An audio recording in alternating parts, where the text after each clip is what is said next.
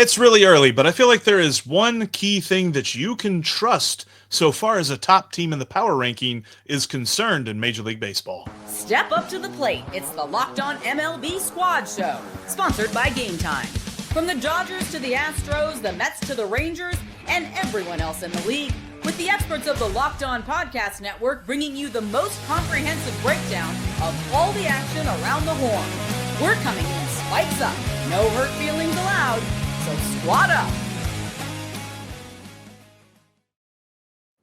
Welcome into the Locked On MLB Squad Show. My name is Jeff Carr. I am the Locked On Reds co-host and channel manager of Locked On Major League Baseball. With me is Paul from Locked On Rockies. We've got Gary from Locked On Pirates. We've got Sully, the man who hosts Locked On MLB. We've got Brett from Locked On Astros and Sam from Locked On Cubs. For those of a certain age, it's almost a pseudo-NL Central show here, but we're going to be talking about the entire league because we all love baseball here on the Locked On MLB Squad Show. I want to begin today's show by looking at some power rankings, looking at some odds for pennant winners. Yeah, I know it seems early, but there's one thing I think that we can trust, and I really want to dive into that here to begin the show. Later on, we're going to look at the week ahead, what we can see from some contending teams or what we think can be contending teams later on in the season.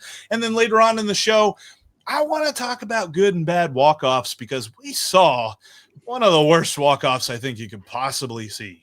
It was amazing. Sunday. It was awesome. I guess it depends on who you ask, right? Definitely. I think Ben will like it, and I don't think Bryce would like it all that much. That's all coming up on today's Locked On MLB Squad Show that's sponsored by Gametime. Download the Gametime app, create an account, and use the promo code LOCKEDONMLB for $20 off your first purchase. All right, where we're going to start. The odds currently say that the Yankees and the Dodgers are favored to win the AL and the NL. That seems pretty normal. The teams that are right behind them are very interesting, though, because in the American League, the Texas Rangers have the second shortest odds to win the American League. And in the National League, it's the NL East and it's the Chicago Cubs that are right behind the Los Angeles Dodgers. And quite frankly, and I kind of want to throw this to Sam to start, I think the Cubs are getting a little bit disrespected because they're behind the NL East because they have played nothing but teams above 500, and they've played pretty well against them. I think when you play all of your games against 500 or better ball clubs and you have the winning record that the Cubs have and you have the run differential that the Cubs have, then you're a lot better than people think you are if you're just fifth in the odds to win the pennant. Yeah, it's interesting because I think they're getting a little bit too much love in terms of the division odds because they're minus 230 right now to win the Central, which just seems like a little bit high.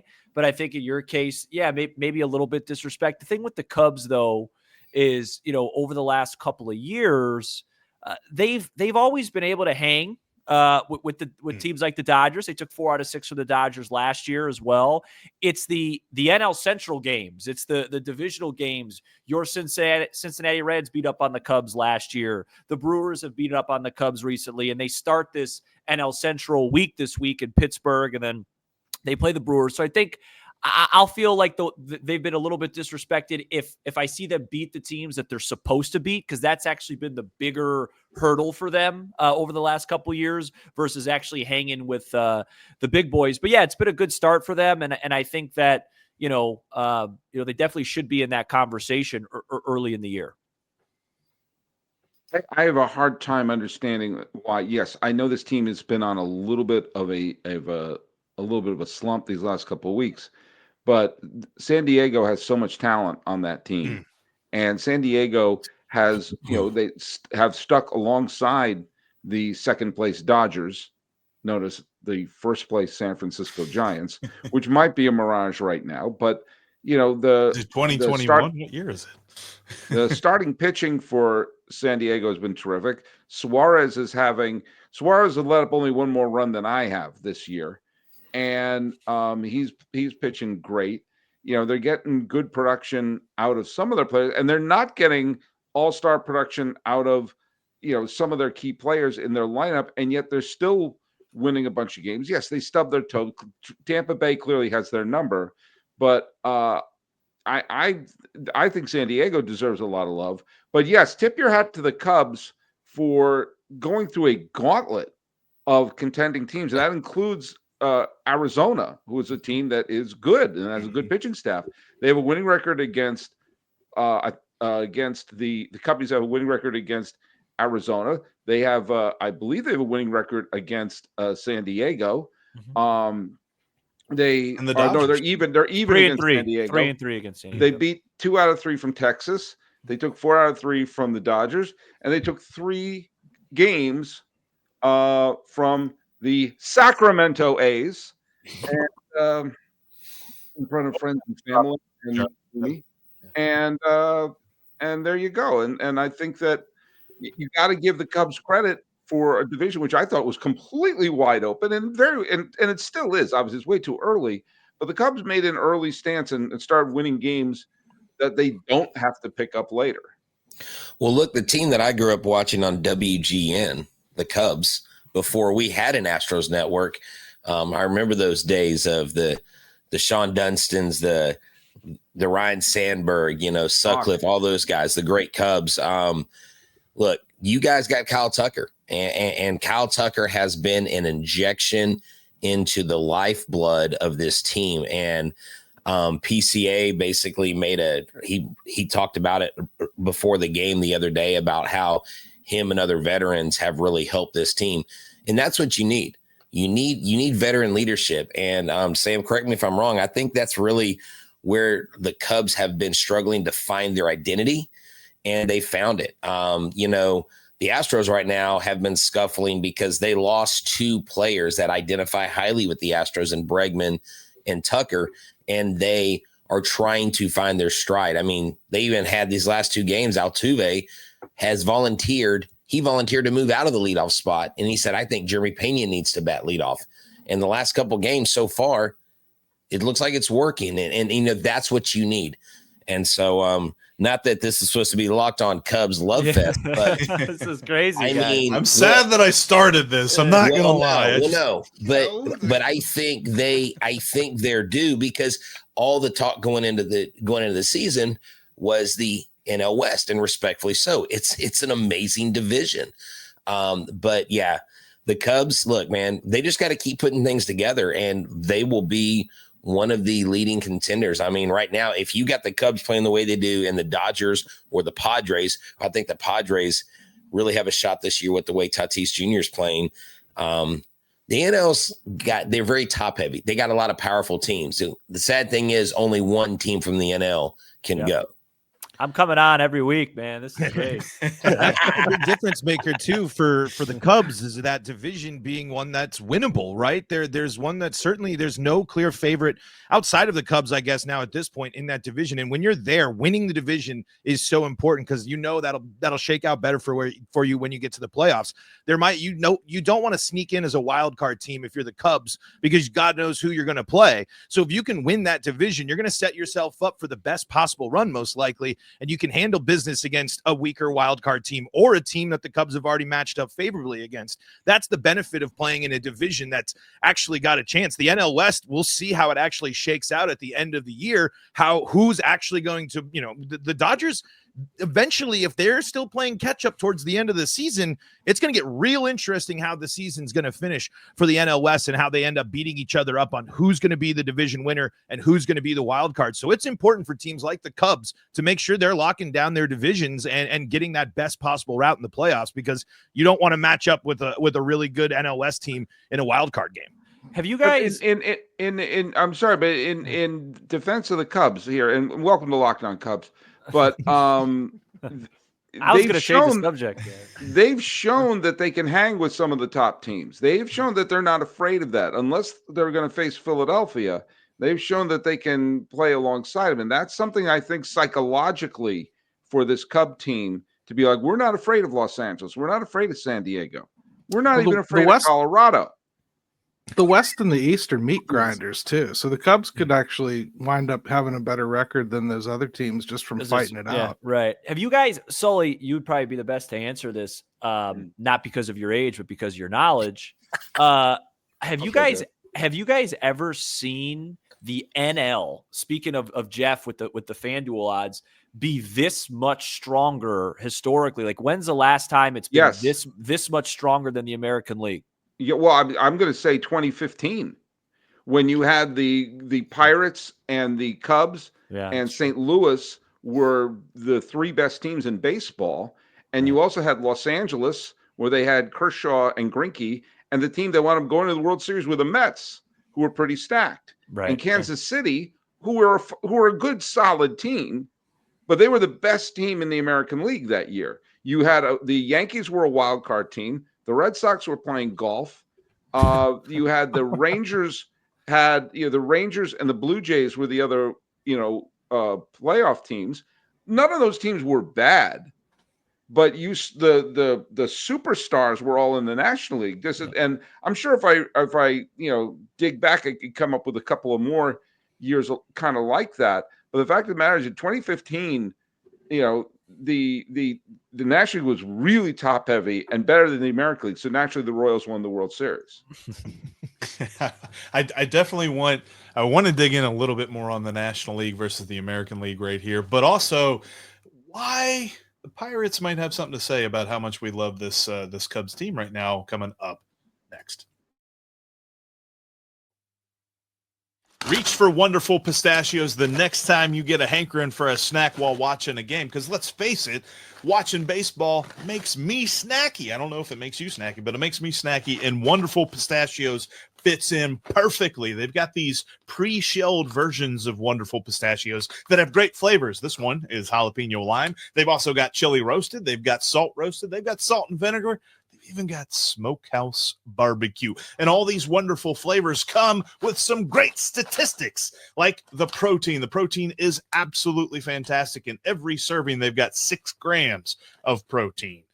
Plus, all of the other statistics are great on it as well. Replace your chips, replace your pretzels with wonderful pistachios. They're the snack with the statistics, with the analytics to take you to the next level. Get snacking and get cracking with the snack that packs a protein punch, and check it out over at wonderfulpistachios.com. Find it in your local grocer or convenience store. That's Wonderful Pistachios. This is the Locked On MLB Squad show that will be in your feeds every Tuesday afternoon, looking at the big stories in the league. And we've been talking about how good the Cubs are, but let me tell you what, Paul Skeens, Cameron Majinski, Andrew McCutchen. I'm just going to see how many other random Pirates guys that I can name. They got a shot to really knock this thing back a little bit. Mitch Keller. Yeah, there you go. Is Connor Joe still a Pirate? Who's that? Connor Joe? No, he's not on the Pirates anymore. I think the Cubs just played him. He comes off the bench. Is it for San Diego? Something like that. Jason Kendall's still a Pirate. I'm sure he's still playing. No, we got rid of Connor Joe and we got rid of Connor Joe and upgraded. Connor Joe's awesome, man. Tommy fan. Baseball player. Well, what about Sid Bream? How about Sid Bream? I'm joking. What about Omar Moreno? But they got a chance here, Gary. Tell us why they're going to knock down the Cubs with peg here. I don't know if they're going to, but they have the right kind of pitching to go against them. This is an exciting week for the Pirates. They've actually been in the midst of 4 real tough series for them, and they held their own on the West Coast.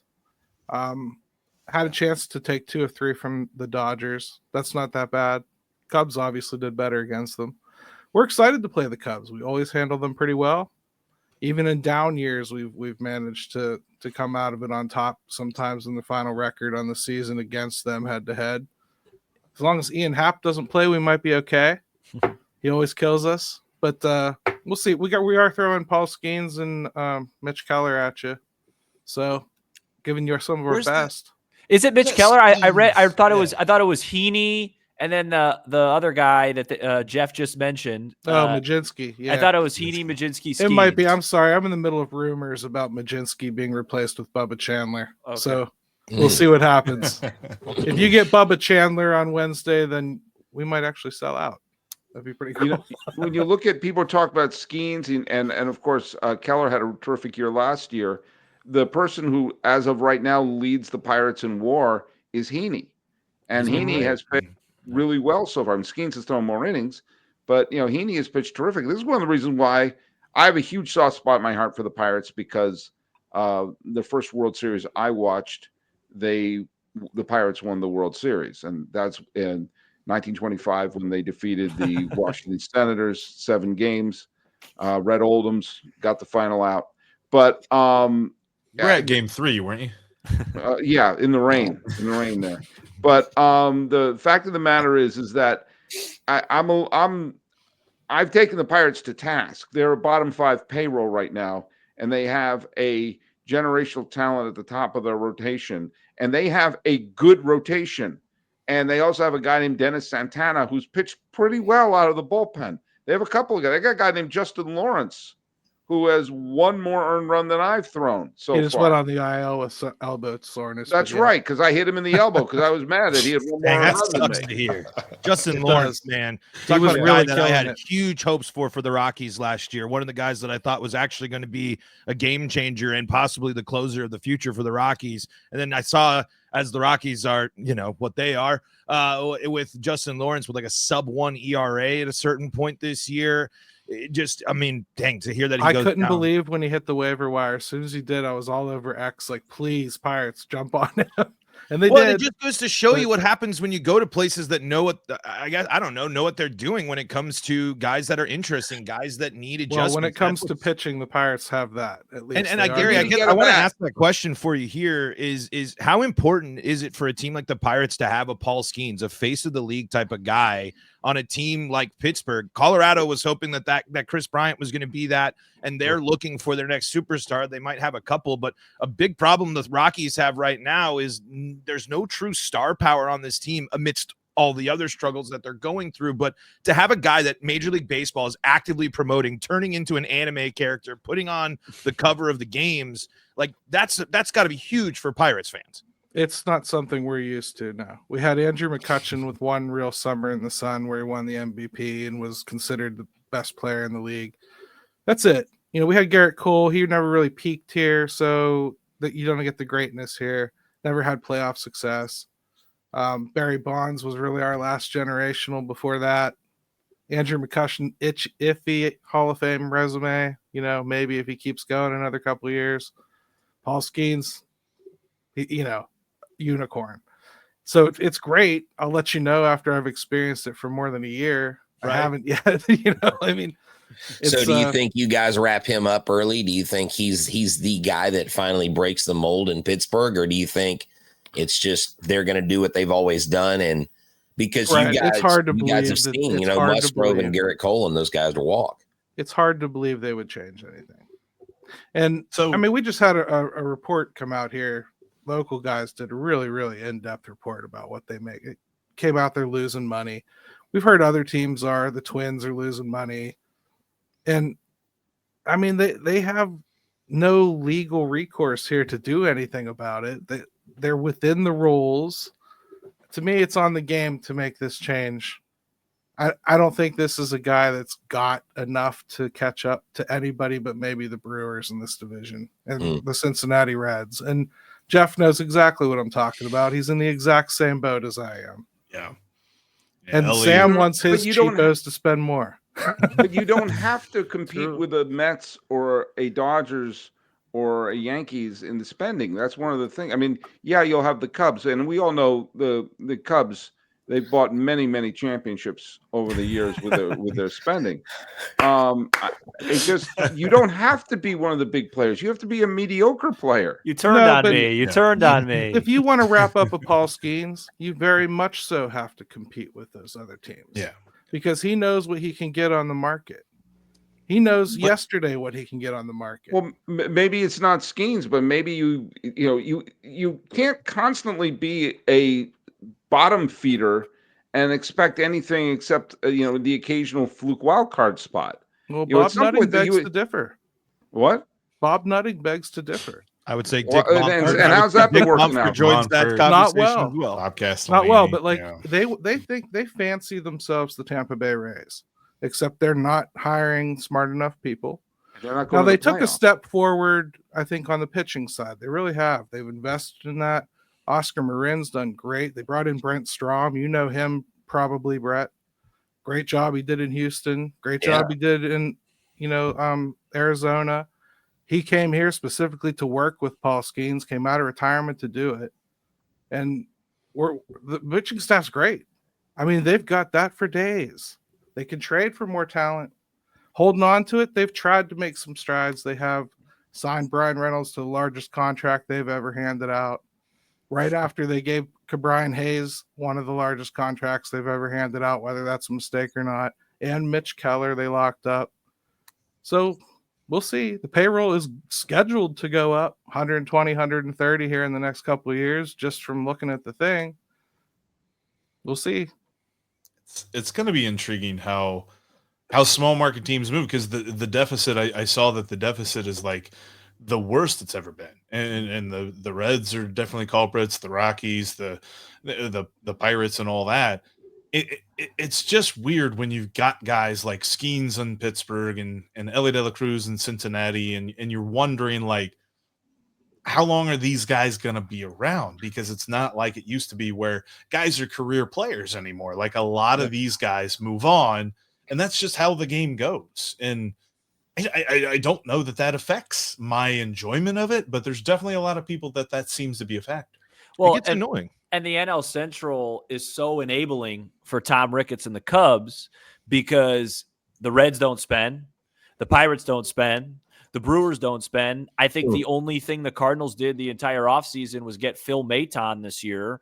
So to Sully's funny point, Tom Ricketts looks like the big spender in the NL Central, because he goes out and, I think the Cubs are like 12th or 13th in payroll, and we sit once a week and debate, hey, are they going to be able to extend Kyle Tucker? Are they going to be able to extend Kyle Tucker?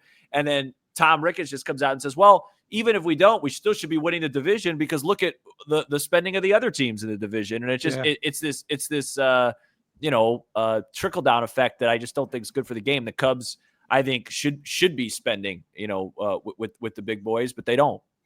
So you're saying Tom Ricketts is the Steve Cohen of the NL Central? I'm not even gonna make it. So I'm not even gonna say that. I always say too, like, just because they're not spending as much doesn't mean that they can't do things better. There's tons of things they could do better and smarter, and make better decisions and make better trades and be more shrewd with your draft choices. And Gary, there's a lot of mistakes they make. I can't force the owner to spend. I'm watching the team I'm been dealt. Right. And Gary, I feel you on that, where it's like the Rockies can't just wave a magic wand of go spend and get a bunch of money and it's going to work. Their biggest contract right now has not played a full season of baseball for the team. He made it on the IL 10 games into the season this year. He's getting reevaluated for a degenerative back disease, and so his body's betraying him. It stinks. But if he was producing, I mean, the Rockies have so many more issues on top of not spending. But I'm looking at the Rockies lineup right now as they're currently losing and on track to, again, not win their 5th ball game yet this year, as a team that has a higher payroll than other teams in this league. Spending money and just throwing money at the problem isn't going to solve everything for you. The Rockies need a complete organizational overhaul, but they have an owner that really isn't all that concerned about it. He did mention he might step back if you ask him again in July to an early spring report about what might happen with the Rockies this year. But his big thing was, the Dodgers they just spend all the money, and that agent, he controls baseball. And it's like, well, you're not sitting there doing anything either. The Rockies don't embrace analytics. The Rockies don't do so many things, and just spending a bunch of money won't fix their problems. Sully, wrap us up on this point and we'll move on. I think one of the biggest things that the Pirates and the Rockies have to do is draft better. I mean, how many early draft picks have they whiffed on? If you brought up a bunch of players and suddenly, Coors Field, when it's packed, is rocking. PNC in when they were in the play, they played that wild card game in 2013 and certainly down the stretch in 2015. That's one of the most exciting places to watch a baseball game. And if you bring up a young team, have the fans show up and show a reason to do that, then great. But this is Paul Skeens' 2nd year, and people are already thinking, so do you think he's going to be a Met or a Dodger? What do you think? People are already going on Photoshop, to put him in a Red Sox uniform.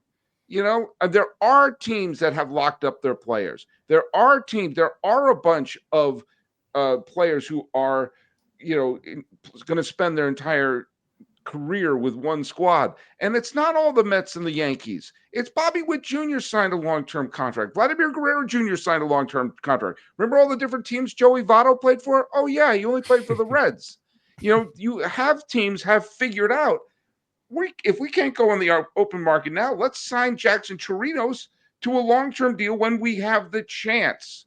Take the risk in the early years so we don't have to go compete with Los Angeles and New York later. But the Pirates can't keep whiffing on top 20 draft picks and walk away going, well, I guess the Dodgers are going to spend anything. Dodgers also develop players. Yep. They draft one of the well, they scout well, and they that. use People forget that. analytics smartly. And that's where the Astros Dodgers have that excelled. ultimate next man up lineup right there. They are just so good at it doesn't matter who's on the field. They just seem to have the best possible option. Well, the president's from the Rays. They got Rays analytics with Dodger money. And In the Astros, if you look across the league at homegrown talent, the Astros are constantly at the top of the league with guys that have come out. And I mean, Hunter Brown is a top 5 Cy Young candidate early on. He went to Wright State. He was what, 4th or 5th round guy. He wasn't even. I mean, yeah, he was good, but man, he had the stuff, and it's the way they look at players. So yeah, and hoping you guys can bring somebody in, because that has. I mean, we've been through some really like big losing seasons, but man, to not even have 5 yet, that's got to be rough, man. Yeah, it's certainly a blast, I can tell you. So, something we talked about on our last squad show. Would you rather get walked off or blown out? And it was easy. You'd rather get blown out Easily. So we saw some interesting walk-offs though on Sunday, and I just want to run through like some of the worst and some of the best that you've seen coming up next. Baseball season is rolling right along, and with the NBA playoffs also going on, FanDuel has a great offer for new users. New users can place a $5 bet, and if it wins, you get $250 in bonus bets. Looking at the updated odds for pennant winners in the American League, the Yankees are still favored at plus 330, but FanDuel has the Texas Rangers as the team with the second best odds to win the American League at plus 550. Then right behind them are the Boston Red Sox at plus 750. Detroit Tigers, what's up AL Central, 8-1 odds to win the American League. Then over in the National League, the Dodgers are the favorites at plus 140. Way behind them are the Mets at 5-1, the Phillies at 6-1, and the Braves at 8-1. Yeah, those are your only teams with better than 10-1 odds to win the National League. That's over on FanDuel. Like I mentioned, new users can place a $5 bet, and if it wins, you get $250 in bonus bets. FanDuel is the official sports book of Locked On. Rolling right along with this Locked On MLB Squad show. Remember, you can always check out Sully on the daily version of the Locked On MLB show, and you can check out Locked On MLB Game Night every single game, every single night on the Locked On MLB channel. Make sure you check those out today. I want to wrap up today's show by kind of discussing walk-offs, because disgusted was Bryce Patrick on Sunday whenever the Rangers got walked off because of the Little League home run. There's definitely been some very bad walk-off losses for teams in years past. We've had balk-offs, we've had dropped pop flies, all sorts of bad stuff. I know, Brett, you know a little bit about drop pop flies to walk off a ball game. Yes. It's a heart-wrenching thing. And then when you really sit down and you think about it, you're like, wait a minute. That's the reason. That's why we lost. Yeah, exactly. So I don't know. I mean, I fortunately have not been a part of many walk-offs for the opponent because I've pretty much watched my baseball in Houston. But the two that I remember the most, that I was at both of them, Chris Burke's walk-off NLDS against the Braves, when we finally exercised that demon of beating the Braves to win the NLDS. And then Yordan Alvarez's famous home run to right field off of Robbie Ray against the Mariners, and let me tell you, whenever Jose Altuve struck out 2 batters before, I was like, okay, if he strikes out, like, we're done. If Jose Altuve can't hit a ball and walk off, and then I was like, wait, we got Yordan on deck. And that's when Hensley got the famous walk. And then boom. I mean, actually, Hensley got the walk. Pena, I think, hit the ball. So boom, he gets up, wins the ball game, walk off. And walk-offs are fun. They're definitely not fun when the team does it to you that you are rooting against. So I would like to hear, do y'all have any bad experiences with walk-offs? Have you guys seen them in person? Sure.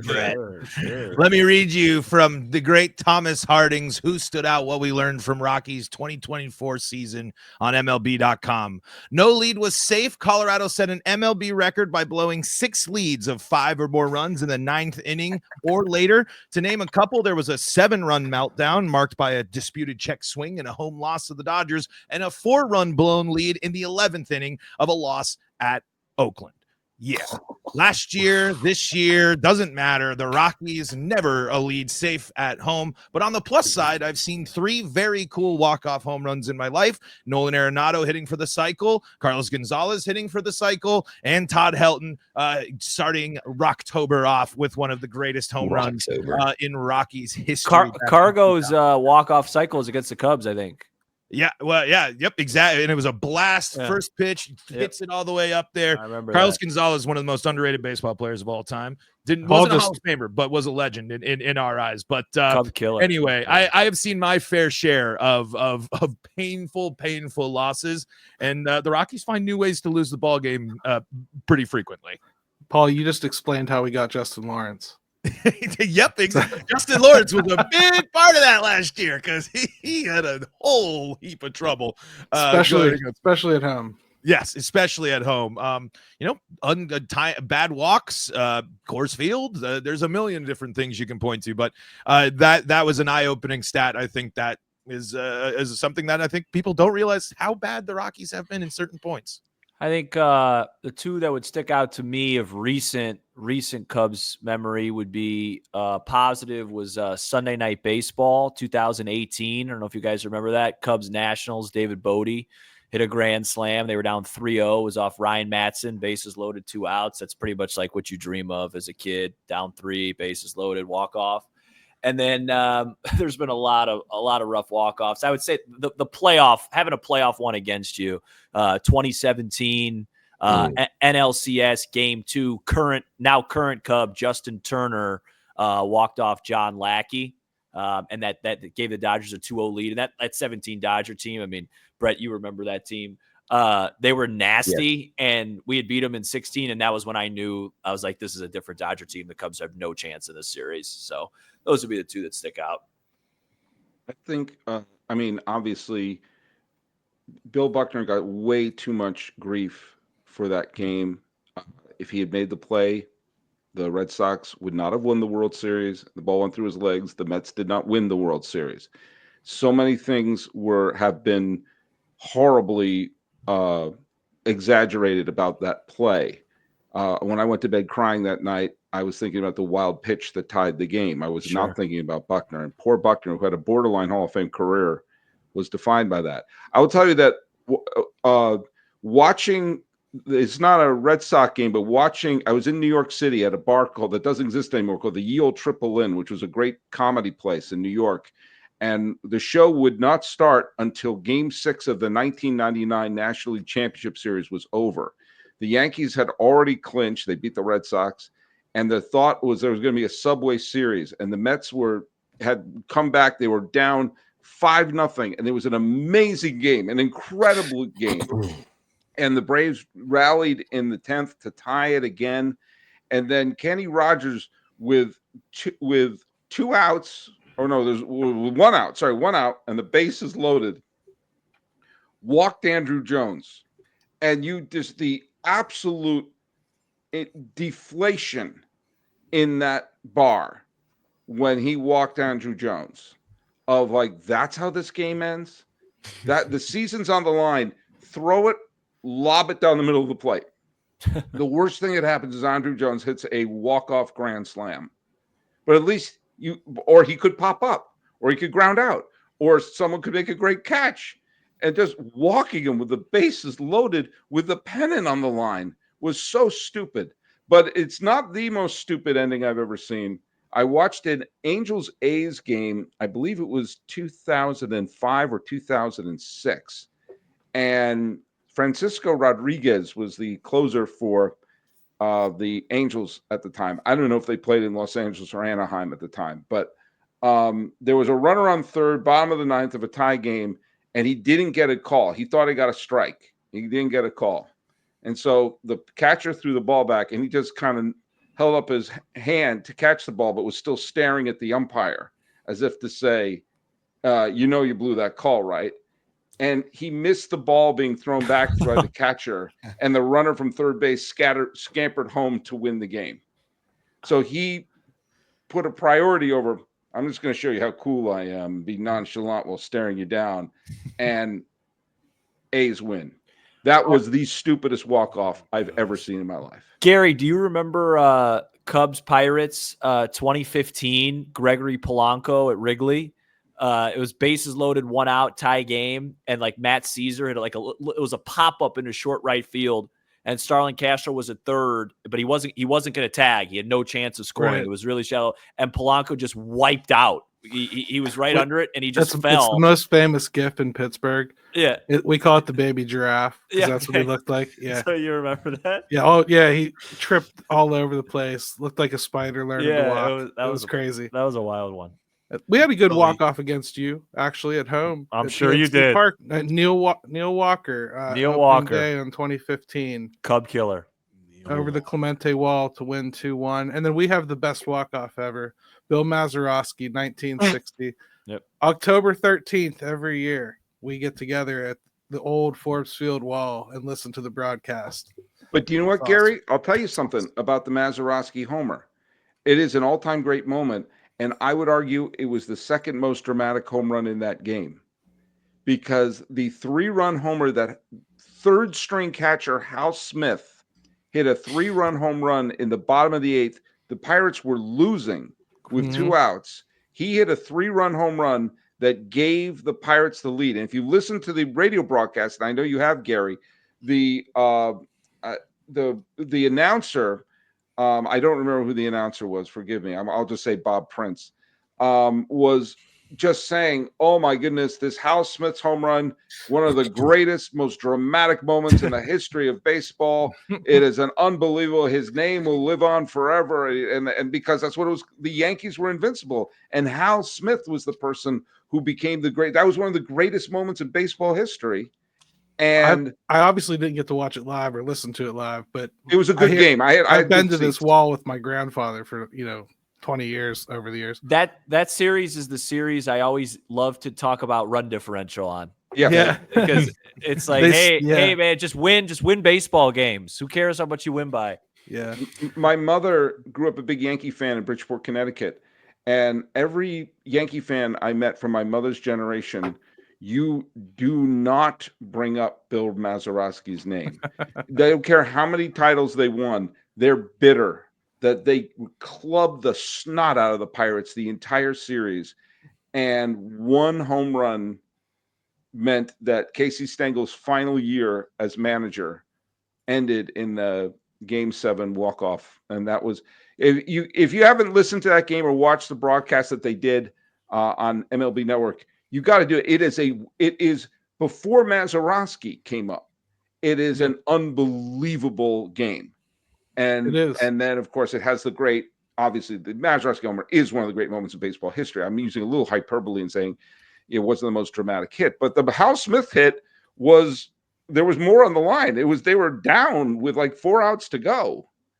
And Mazeroski was a leadoff with the game tied. So anyway, it's a great game.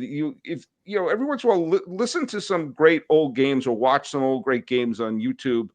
A great deep dive is watch the entire 1980 National League Championship Series between the Astros and the Phillies. And I'll say it, that's the greatest postseason series ever played. the 1980 National League Championship Series, both on AstroTurf, both in circular parks, doesn't matter. Playoff baseball never got better than that series. And obviously Brett left when I mentioned that because the Astros twice had a chance to clinch the pennant, and there you go. He had to jump for a live show. I'll defend him on that one. But no, I think that's a great spot for us in today's Locked On MLB Squad show. Thank you so much for checking out our league-wide talk every Tuesday afternoon. We will be back with a cast of characters from the Locked On MLB channel as we love covering this baseball season all year.